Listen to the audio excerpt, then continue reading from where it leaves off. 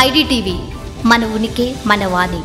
తులం బంగారం ఇస్తా అన్నాడు కేసీఆర్ గారు. ఆడపిల్ల పెళ్లి చేసుకుంటే 1,116 రూపాయలు ఇస్తే అదేం సరిపోతుంది, నేను తులం బంగారం ఇస్తా అన్నాడు.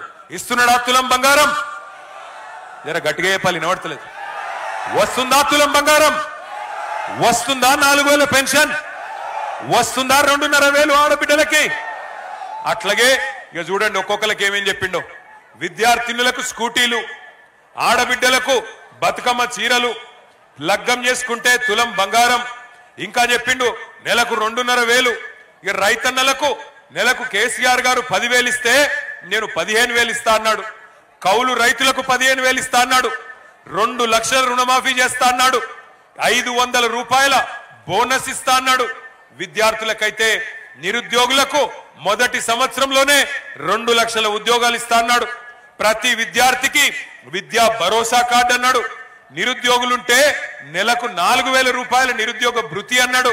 ఫీజు రీయింబర్స్మెంట్ మొత్తం ఇచ్చేస్తా అని డైలాగులు కొట్టిండు. ఇక మైనారిటీలకు 4,000 కోట్ల బడ్జెట్ అన్నాడు. 1,000 కోట్లు అదనంగా ఇస్తా అన్నాడు. అట్లాగే మైనారిటీ సబ్ ప్లాన్ అన్నాడు. ఇంకా చాలా చాలా కథలు, చాలా చాలా విషయాలు వాళ్ళకు కూడా చెప్పినాడు. అట్లాగే మరి 1-2 కాదు, ప్రతి ఒక్కరికి ప్రతి వర్గానికి ఎస్సీలకు కేసీఆర్ గారు 10 లక్షల దళిత బంధు ఇస్తే నేను 12 లక్షలు ఇస్తా అన్నాడు. అట్లాగే ఎస్టీలకు కూడా ఇస్తాను దళిత బంధు, గిరిజన బంధు అన్నాడు.